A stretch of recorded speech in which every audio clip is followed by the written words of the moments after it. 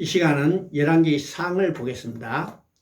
열왕기서는 솔로몬이 다윗의 왕위를 이어 왕이 되고 그 뒤를 이은 왕들이 다스리던 시대의 역사를 기록한 것입니다. 그래서 열왕기서의 중심 인물은 왕입니다. 이 왕들은 그리스도를 예표하는 인물들이었습니다. 그러면 열왕기서를 통해서 말씀하시려는 바는 분명해지는데 두 가지를 들 수 있습니다. 첫째는 아브라함에게 세워주신 메시아 언약과 이에 대한 모형으로 주어진 제사 제도를 바르게 지켜 바른 예배를 드린 왕이 다스리던 시대는 평안하고 흥황했습니다. 그러나 대부분의 왕들은 메시아 언약을 망각하고 제사 제도를 우상 숭배로 왜곡하다가 멸망을 당했던 것입니다. 두 번째 주제는 하나님께서 다윗에게 나는 그의 나라 왕위를 영원히 견고하게 하리라고 하신 언약대로 다윗의 왕위가 끊어짐이 없이 어떻게 계승되어 내려왔는가를 보여주려는 것입니다. 열왕기상은 크게 두 부분으로 나누어집니다. 첫째 부분은 1장부터 11장까지로 주로 솔로몬의 행적들입니다. 둘째 부분은 12장부터 22장까지로 통일 왕국이 북이스라엘과 남유다 왕국으로 분열되는 내용입니다. 왜 왕국이 두 왕국으로 분열됐습니까? 솔로몬이 하나님을 배신하고 우상을 숭배하는 데까지 타락했기 때문입니다. 다윗의 왕위를 이어받은 솔로몬이 왕정 초기에는 일천번제를 드리고 성전을 건축하고 하나님께로부터 지혜를 받아서 이스라엘 역사상 최대 번성을 누렸습니다. 그러나 결국 솔로몬은 모든 왕들이 간 길을 따라갔고 많은 이방인 아내를 통해서 그들이 가져온 우상을 적극적으로 숭배하는 등 결국 그도 타락하게 되므로 왕국이 분열하게 됩니다.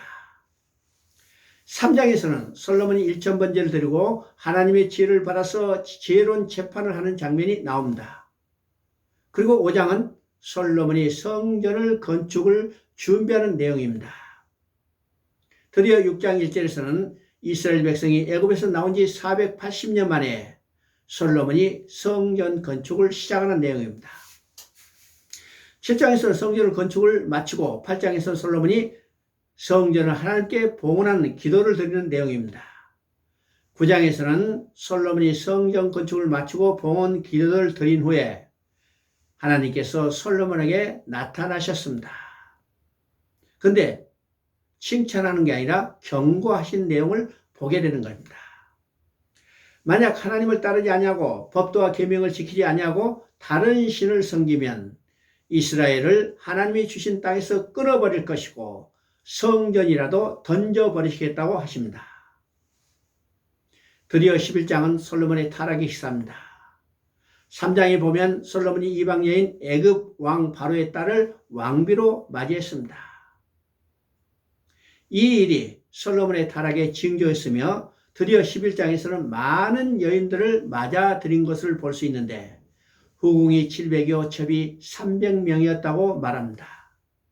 12장 4절을 보면 솔로몬의 나이가 많을 때 그의 여인들이 그의 마음을 돌려 다른 신들을 따르게 하였으므로 그의 하나님 여호와 앞에 온전하지 못하였으니, 그리고 9절에서는 여호와께서 그에게 진노하시리라고 말씀합니다. 하나님은 타락한 솔로몬에게 내가 반드시 이 나라를 내게서 빼앗아 내 신하에게 주리라고 말씀하시고, 그러나 나의 종 다윗과 나의 뺀 예루살렘을 위하여 한 지파를 내 아들에게 주리라고 약속하십니다. 하나님은 진노 중에서도 긍휼을 베푸셨습니다. 솔로몬의 타락에도 불구하고 솔로몬의 아들에게 한 지파를 남겨두시겠다고 말씀하십니다. 이 한 지파를 주시겠다는 그 지파가 바로 유다 지파입니다. 일찍이 창세기에서 유다 지파를 통해서 왕위가 계승될 것과 그 지파에서 실로 즉 메시아가 오실 것이 예언되어 있습니다. 12장에서 다윗을 예표로 세워진 통일 왕국 메시아 왕국은 드디어 분열되고 맙니다. 그러나 약속한 대로 한 지파를 솔로몬의 아들 르호보암에게 주셨습니다. 그 지파가 바로 유다 지파입니다. 르호보암은 예루살렘에서 유다와 베냐민을 모아 유다 왕이 되었습니다. 그리고 솔로몬의 신하였던 여로보암에게 10지파를 주어 이스라엘을 건설하게 하심으로 나라가 드디어 분열되게 됩니다. 북이스라엘을 건설한 여로보암은 자신의 정치적 지위와 수명의 위협을 느껴서 자기 마음대로 단과 베들레에 신당을 만들어 놓고 금송아지를 만들어 두고 거기서 금송아지를 그들의 하나님으로 섬기게 하였습니다.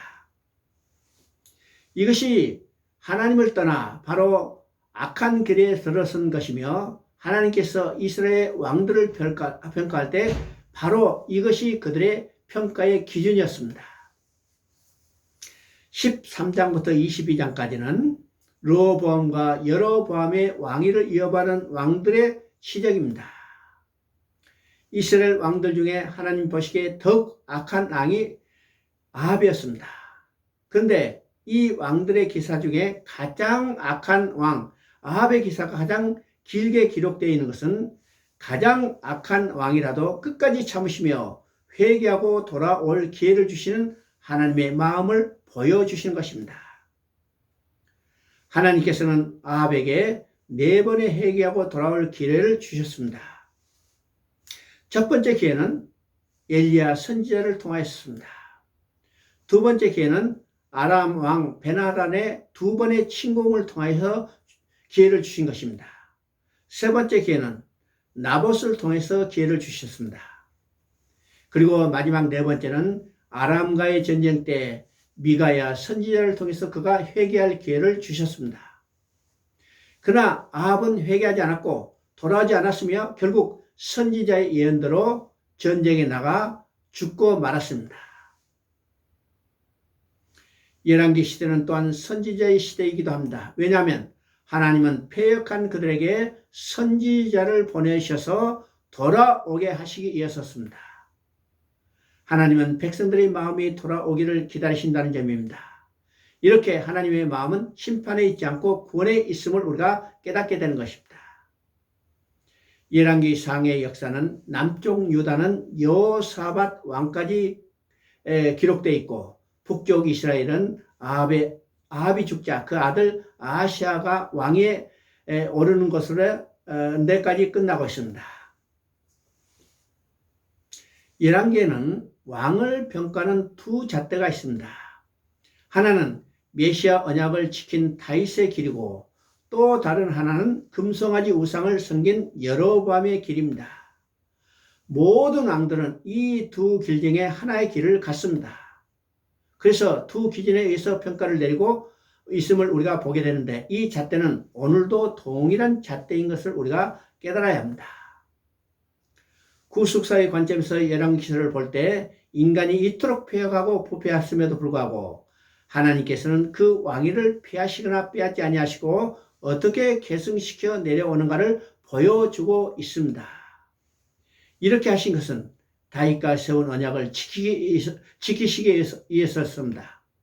다시 말씀드리면 다윗의 왕에 오를 메시아를 탄생시키려는 구속의 역사를 성취하기 위해서였습니다.